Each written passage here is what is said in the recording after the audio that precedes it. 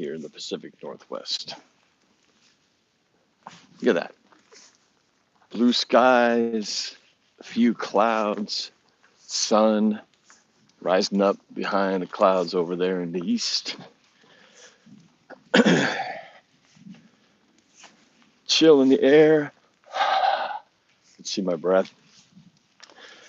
So, on this walk talk today, I think it's going to be a short. It's going to feel like a short one because when I have a lot to talk about, the time goes by really fast. So I woke up this morning, and thank you everybody for those jumping in. I woke up this morning and thought, was I just having a bad dream yesterday? Apparently not, because it is exactly as it happened yesterday. Still getting my head wrapped around the fact that Russell Wilson is no longer Seahawks quarterback. Nah, Chief, watching from school. Oh, don't get in trouble. What are you doing there, son? What are you watching? Oh, just watching this guy cry about the Seahawks. Put the phone away. Anyway, appreciate you guys tuning in. So, I posed a question.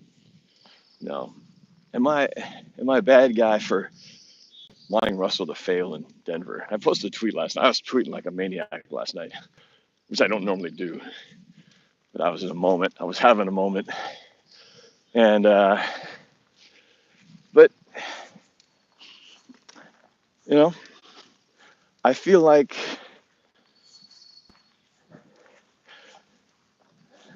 I'm not being totally honest. I see a lot of people. I was surprised, I guess, that more people didn't feel like me, that they wouldn't want to see Russell not succeed in Denver.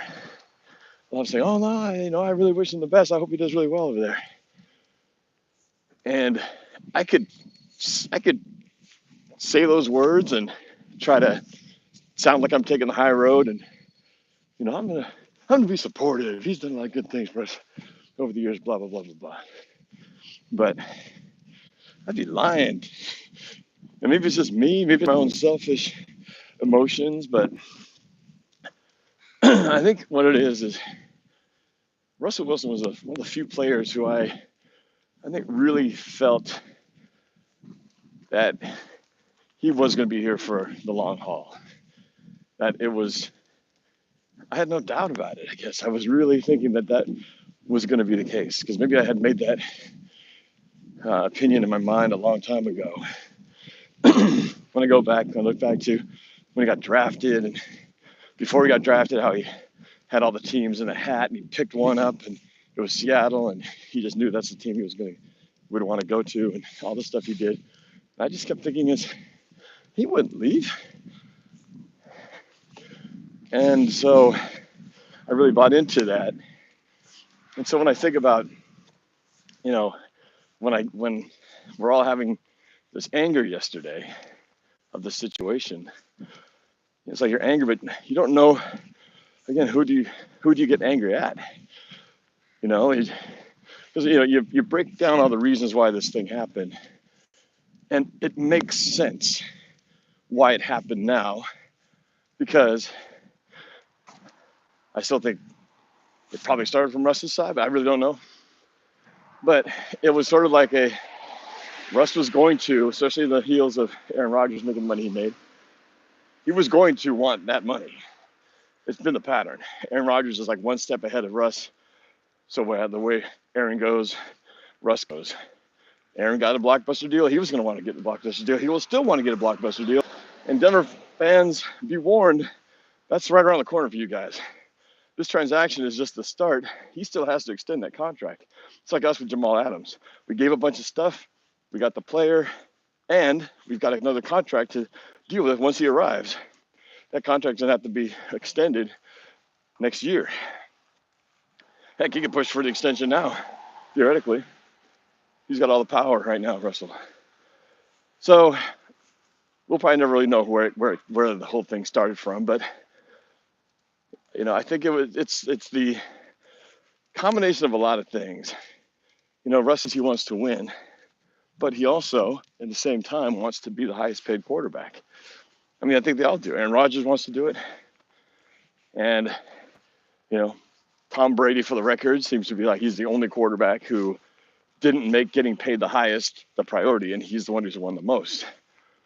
Well, it's puzzling. I was talking to my friends about this last night. It's like, why is it then that if that's the blueprint for success that Tom Brady used to not become the highest paid, why don't more quarterbacks who basically get all the money once they get the highest paid contract, why don't they apply some of that if that truly is the goal to win?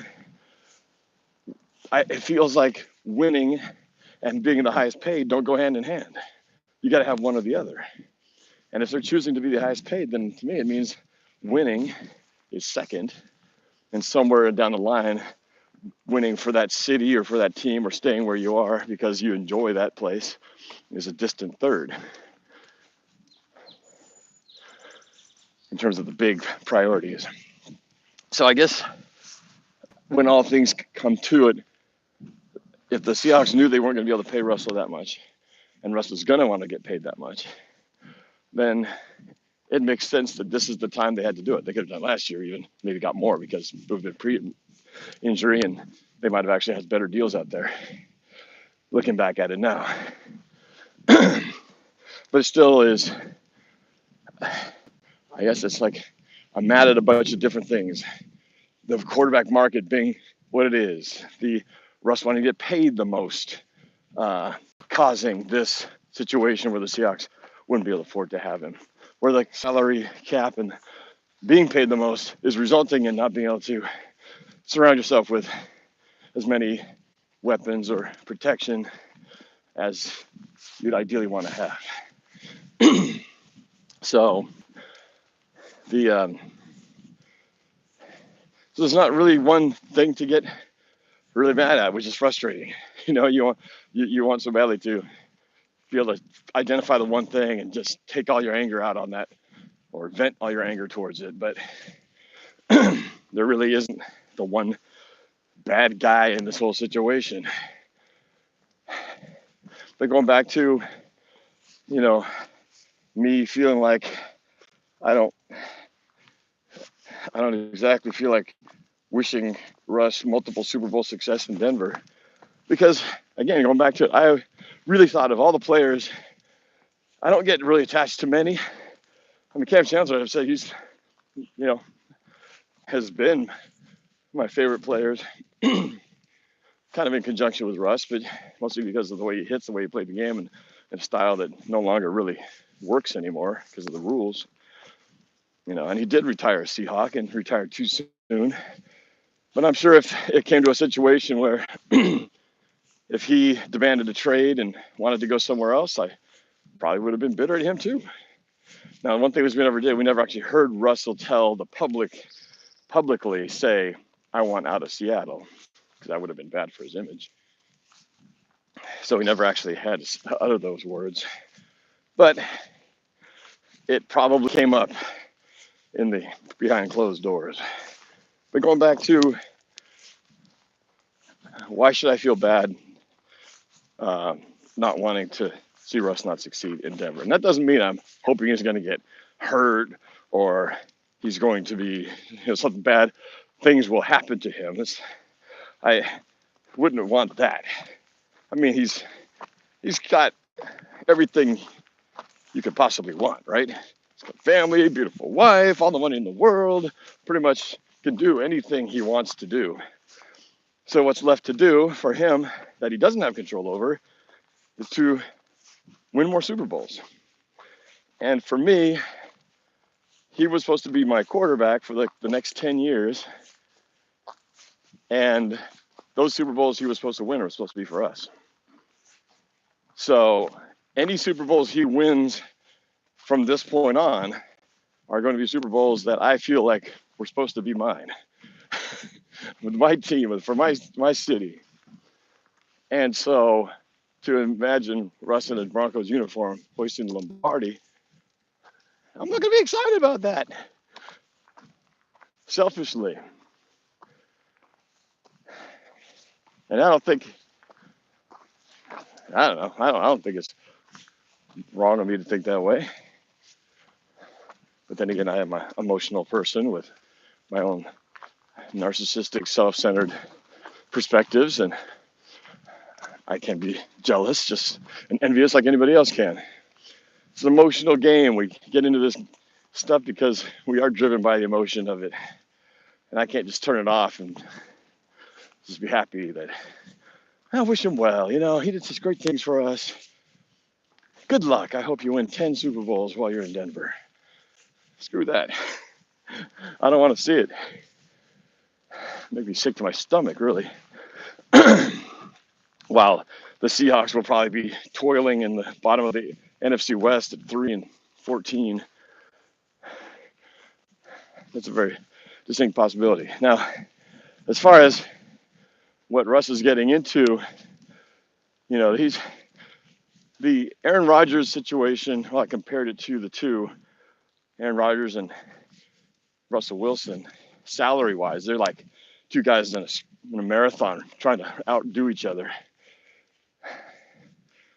Aaron Rodgers and the Packers have been competitive and close for so many years, partially because they play in a crappy division. So they're always going to be pretty much the default at the top until some other team proves that they're worthy of knocking them off that mantle that secures them home field advantage. And who do they have in their division to worry about? You got the Vikings. That's probably the biggest threat to them. And then you got the Bears, who's still trying to figure out their own stuff. You got the Lions, who are bound to be irrelevant forever. Heck, they were dumb enough to take Jared Goff from the Rams and give him Matthew Stafford. I don't know what brainwashing drug they took to take that deal and give Los Angeles everything they needed. Made no sense to me, but you reap what you sow. So good job, Detroit. You are the Jets of the NFC North. All right, so the Packers, even after getting the number one seed, first round bye, all that, they have strength of schedule. Theirs is 22nd. Even after all that, you would think that the team that finished first should have, just like the draft, should end up with the hardest schedule. But no, it's 22nd. A lot of it because of their the division. And Herman the Great, good morning, Norb. You're not a bad guy for wanting Russ to fail in Denver at all. Well, I'm glad I'm not the only one who thinks that way. It's cold. Fingertips are freezing. Feels good though, walking out this. So the Packers re-signing Rodgers makes sense because they still got most of their primary weapons intact. Devontae Adams will still be there, Aaron Jones.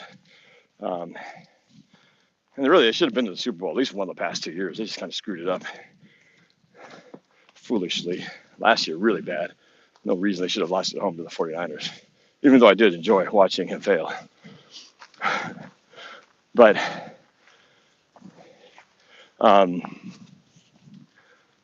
so now you look at Russell Wilson and joining the Broncos in the AFC West. If he's looking to become a winner, well, he's going to do so in a division that's not the NFC North. He's going to have to deal with Patrick Mahomes and the Chiefs twice a year. He's going to have to deal with Justin Herbert and the Chargers, who is on the rise twice a year. He's got to deal with the Raiders, who probably the weakest team in that division outside of the Broncos of the three. And they're getting better twice a year. So it's not like Brady going to the Buccaneers last year or the year before. The NFC South, come on. The NFC South there was not a lot of competition there. All due respect to those teams out there, but come on, Falcons, off. Panthers, off. Saints, best years were behind them once Breeze retired. So these two quarterbacks, Brady and Rodgers, if you really want to talk about the top echelon, these guys are in divisions that are, winnables. Going in where you go, I will be going to the team that's the best chance to win that division. It's not going to be the case for Russell Wilson in the Broncos. So if winning was really the goal, certainly doesn't seem like the best choice. Heck, he would have had a better option if he'd gone to the Commanders in Washington. Still got to get used to that name. The Commanders, where we all know, other than the Cowboys, pretty weak, right? Giants, Eagles. Typically, that's Cowboys, Eagles battling out for that one. But so I may not even have to root against Russell. I think he's going to have a pretty tough struggle trying to get on top in the AFC West, especially with Patrick Mahomes. Patrick Mahomes is going to be around longer than Russell Wilson will. And I think pound for pound, you take those two quarterbacks, Patrick Mahomes, arguably better quarterback, better team right now. So, yeah, it's just, I guess, the team allegiance. And really, I think it's just it's team before player for me. I'm a fan of you as a player as long as you're wearing my team's colors. But once you're no longer a member of my team, it's just like when people ask, who's your second favorite team? Like, I don't have a second favorite team. My second favorite team is the team that will help my team, my favorite team, improve, move up in the standings, improve their chances to a Super Bowl, that sort of thing. So that's kind of where I stand on that aspect of why, I would not be rooting for Russell Wilson to succeed in Denver. And it's mostly also too that I don't want Aaron Rodgers to succeed either. That's why I didn't want the Rams, in addition to being a rival. It was also just, I hate the thought that the team with the most money, the team that spends the most, is going to win. Really the Rams situation annoyed the hell out of me. But yeah, so I'm rooting hard against the Packers too. I want to see Aaron Rodgers with all this drama queen, make it all about me, more dramatic than it has to be, nature that he goes about his business. Makes it a lot more enjoyable to watch him not succeed in Green Bay. Not to mention that Green Bay's been paying our sides for a long ass time. So now I will be, while I didn't really give a crap about the Broncos at all, I will have them circled on my schedule. I will be watching them with great intent, hoping to see the lost columns pile up. Mostly just so that the system of, hey, it's okay if you're a good quarterback, just keep charging the highest price you can, because that's the way to succeed. I want that model to be broken. I don't want the richest person on the field to feel like I could be the richest, and that will buy me, that will get me the wins I want as well.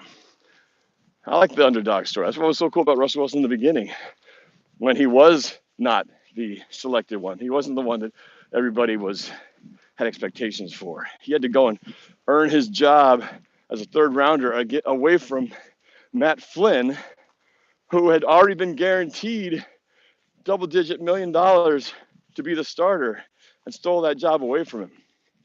I mean, for Russell to do that, he had to go against all the odds, come out swinging, and prove to coaching staff and everybody that don't give the ball to the guy who you just paid a buttload of money to. Take a chance on me. And I do miss that part of the early Russell Wilson years, when he was the best endorsement deal he could get was for Larson Chevrolet in Tacoma. That there's something admirable and fun and I don't know, just endearing about that version. The guy who was no time to sleep and was all day in the gym. And that's not to say that he wasn't putting in the work or that he wasn't allowed to expand on the things that he was able to do as he became more and more successful. But when it becomes the chasing the money and just want to be the highest paid, no question about it, this is the bottom line, then you are putting the organization kind of in handcuffs. You're basically saying, I will be the highest paid quarterback when my contract time comes. And you're going to have to either deal with it or move on. So while I think the Seahawks may have had to start the conversation, Russ set the bar pretty early on, starting with his last contract negotiation and knowing that this is coming for this one. So that's a lot of the reason why I'm thinking about big picture.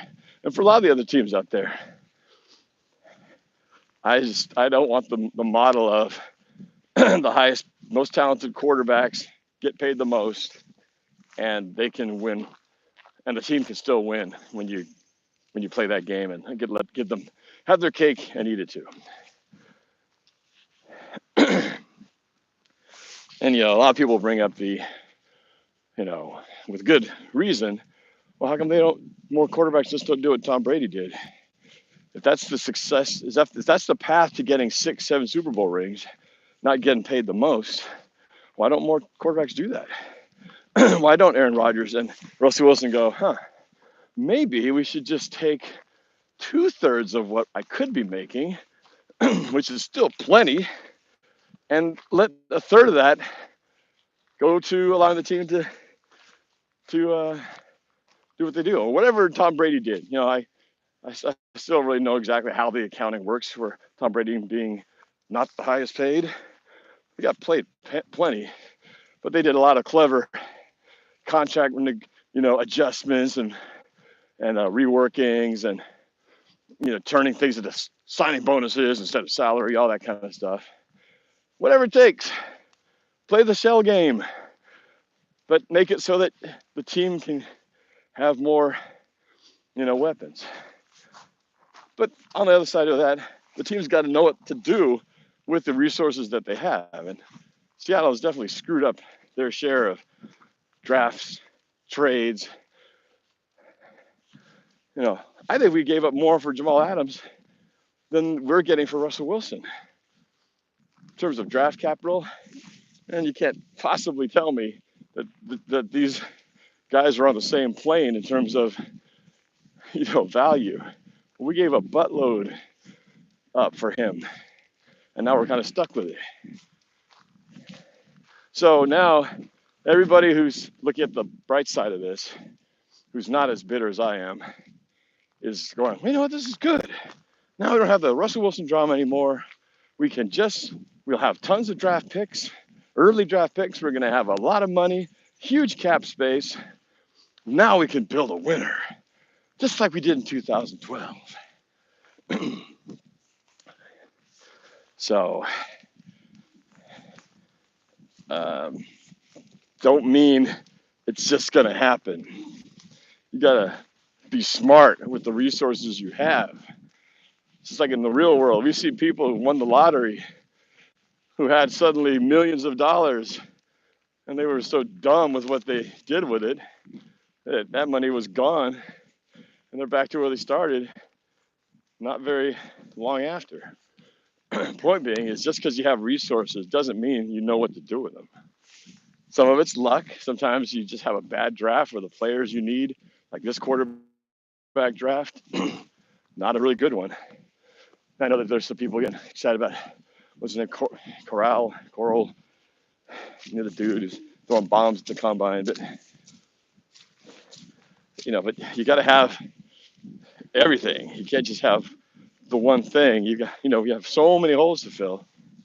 And I do think that if you're not all in, and once the quarterback was gone, once Russell Wilson was going to be gone, I was ready to hit the blow it up button. And it's happening exactly as I thought it would, as I would have it happen if I were to make the decision to let Russell Wilson go. And that is, you're no longer in win now mode, you're in build now, which means you are going to get rid of all your, expensive free agents, aging veterans who really are only good if you're going to be relevant in the next 2-3 years. That's why Bobby Wagner's gone. Wouldn't be surprised if Tyler Lockett's going to be gone. DK is kind of a hard one there because he's still on his rookie deal, so he's still young enough where he could still be around for the future as this thing builds up in a couple, 2, 3, 4 years. You may want to still keep on, but he's still not at his prime. DK Metcalf, amazing as he is as a physical specimen, he has got a lot of things to work on. Tyler Lockett is in the peak of his career, which is why he's most likely one to go. For his sake, the team would be doing him a favor to let him go right now, because why waste his talent and why waste money on a talent who's at the peak of his prime of his career on a team that's going to be sucking. DK Metcalf's not there yet. He still has got a lot to work on. I thought he'd be further along than he's been. It's been a little disappointing that he hasn't actually excelled to a level higher than where he's at right now. But he can still get there. But now he's going to have to do it with a much less talented quarterback. So he may still be around. I'm not sure about him.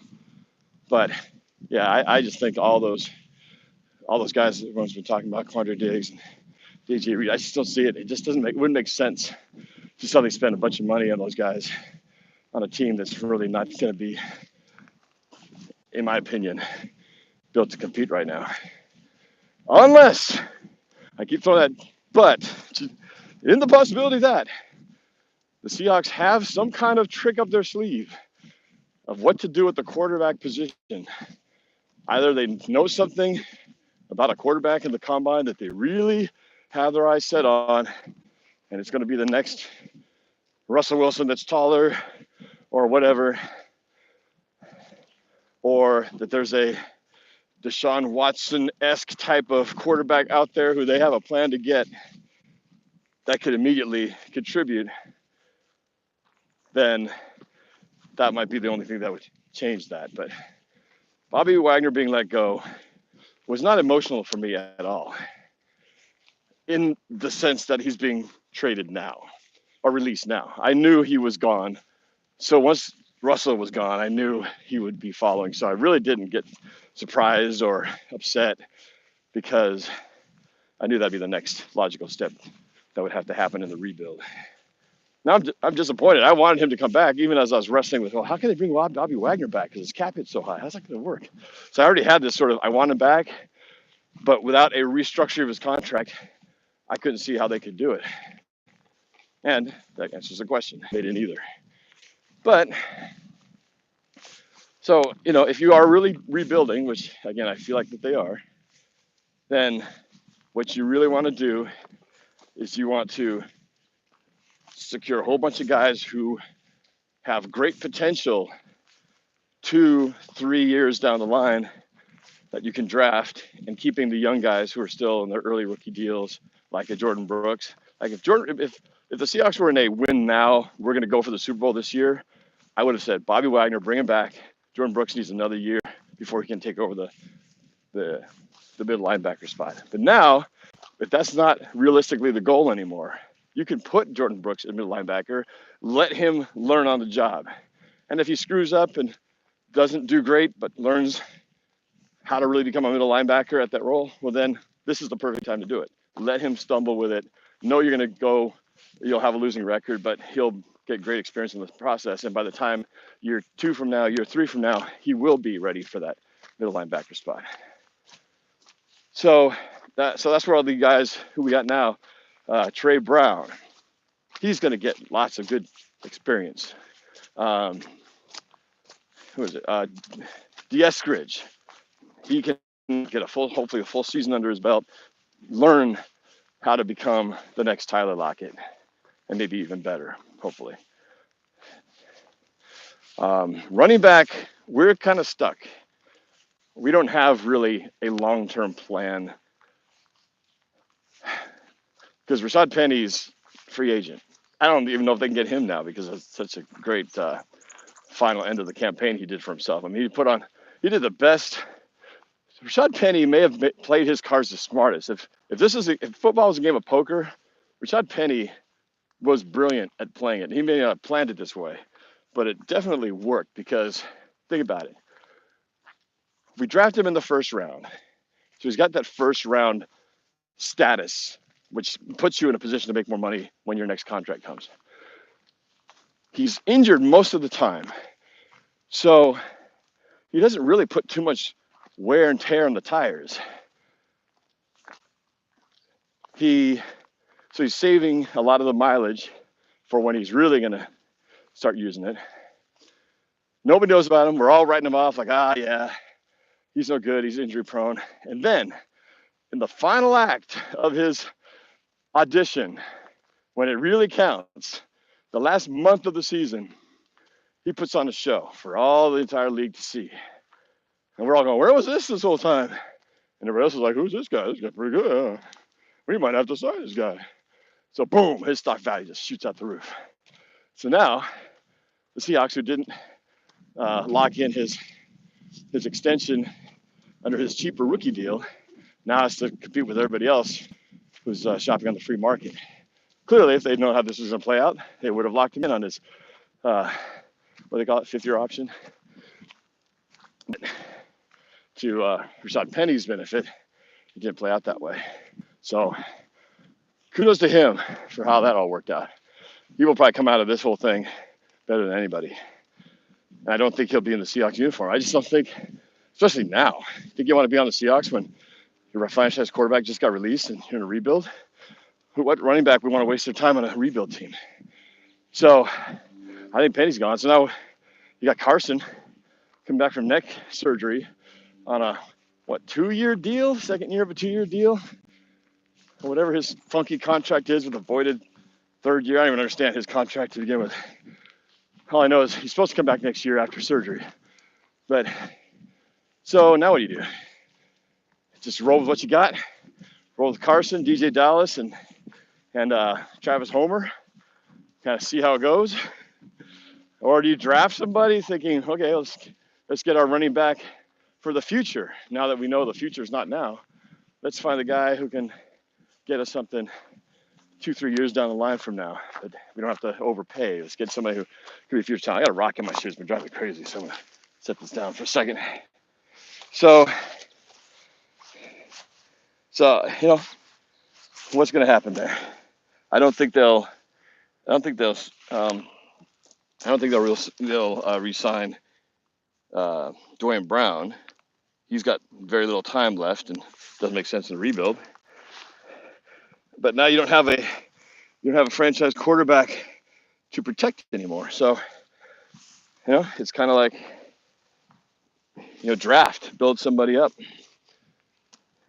Somebody who, like I said, can be good potential, but needs a couple years development, who has the potential to be great. And that's the big question is, how good will the Seahawks be at drafting with the opportunity to get early rounds this time, somewhat early? Still sucks that we're only getting one first-round pick this year. I mean, all it does is offset the loss of the Jamal Adams trade.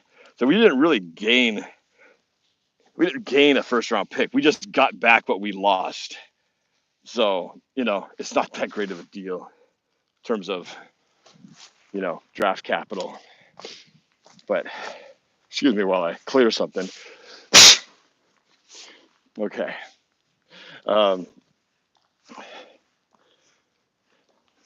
Quandre Diggs said he made a joke today. He'll play quarterback and he wants to stay in Seattle.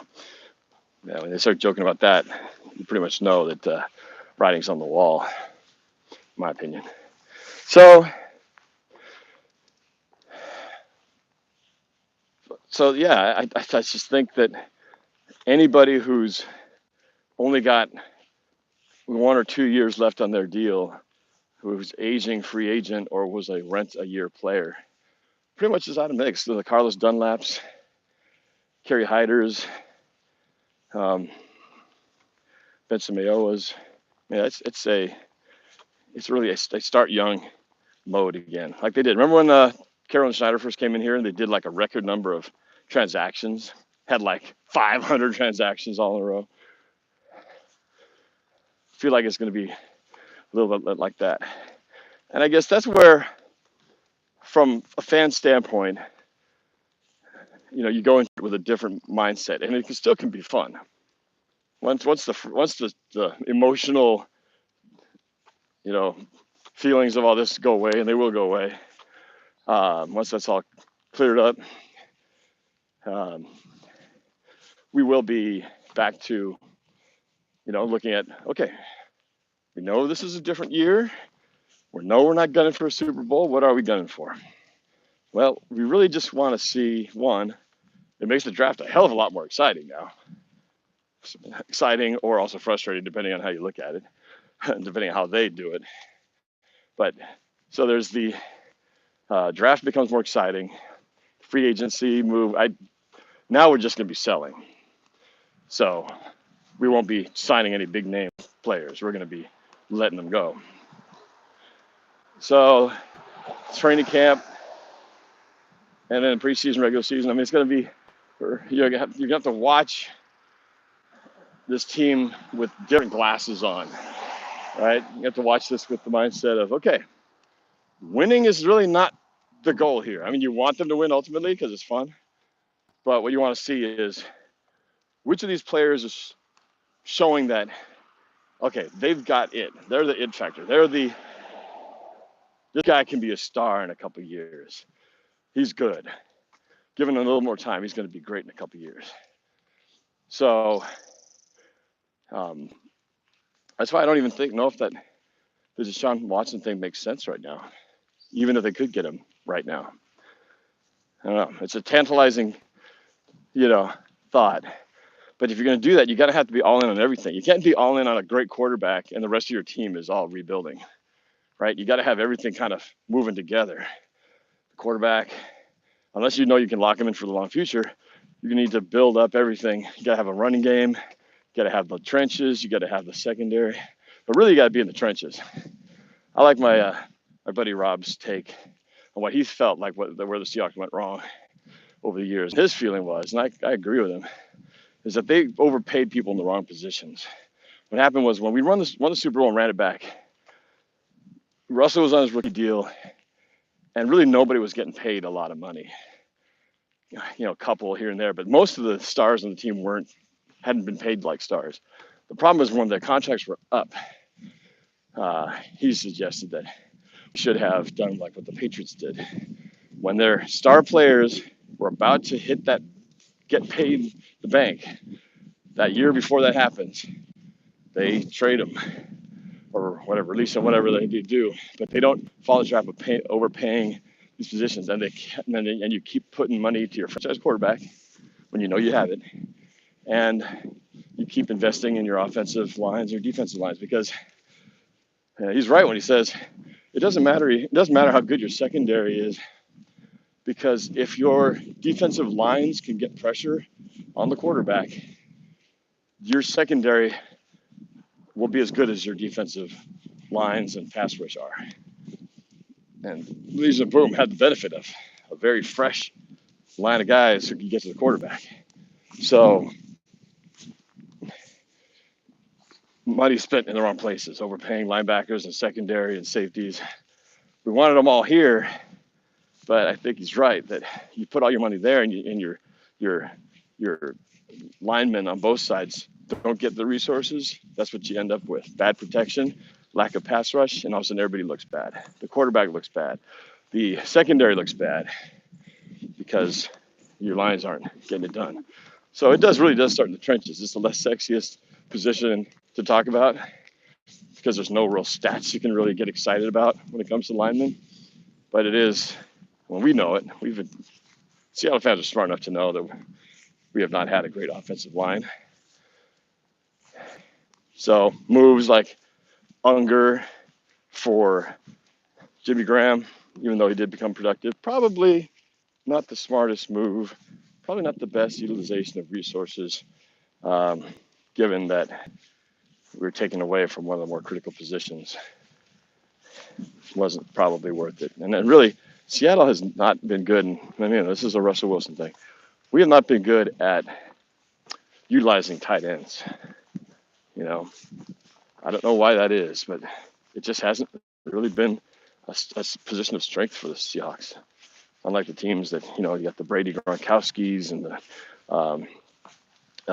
Mahomes to Kelsey, you know, all those combinations where normally the tight end is that kind of go-to guy that you can always count on to get you 8 or 9, 10 yards down the seam or in the middle of the field. It's just been missing there for some reason. So, and I don't know, maybe that's a Russell Wilson thing. Maybe you really can't see over the line. I don't know. But yeah, so I guess the only scary thing about this whole rebuilding thing is that the rebuild is happening with the same people who have been engineering this team and drafting for the past 10 years, 12 years. So if you don't think the Seahawks have been very good at drafting for the past 5, 6, 7 years, what makes you excited that all of a sudden with a bunch of money and more drafts picks, they're going to suddenly be great and be able to turn this team into a perennial winner? That's what I wonder, is if those of you who are excited about the possibility, and the same guys are calling the shots, who have not been doing well at the drafting side of things in recent years, what makes you feel like they're going to suddenly do a good job now? That's my biggest scare when it comes to this whole rebuild. Because having draft picks and money doesn't guarantee a good team if you don't know what you're doing. Just look at the Jaguars, look at the Jets, look at the Giants, look at the Broncos up until now. Look at the Bears. So that's my cautionary feeling in terms of, you know, moving forward with the rebuild, which I know it has to happen. It has to happen. There's no turning back now. So we'll see what happens. I expect a lot more news down the line here as free agency starts to pick up. A lot of guys who were on our radar will no longer be on the radar. Well, that's it. Done with my walk. Glad you guys, appreciate you hanging on here for a little while. I could not read all your comments. I do like to peruse them later on afterwards and see what you guys have to say. I definitely read, maybe not all the chat, but if you guys put comments, I do read the comments. So feel free to comment because I read them, and if there's something clever or whatever, I usually respond to them. So, but if you feel like it, would love it if you'd subscribe if you're not already a subscriber. And we will see what happens in this crazy new world of Seahawks fans. All right. Have a good one, you guys. Go Hawks. Since no one else is going to say it on the team, I'll say it. Go Hawks.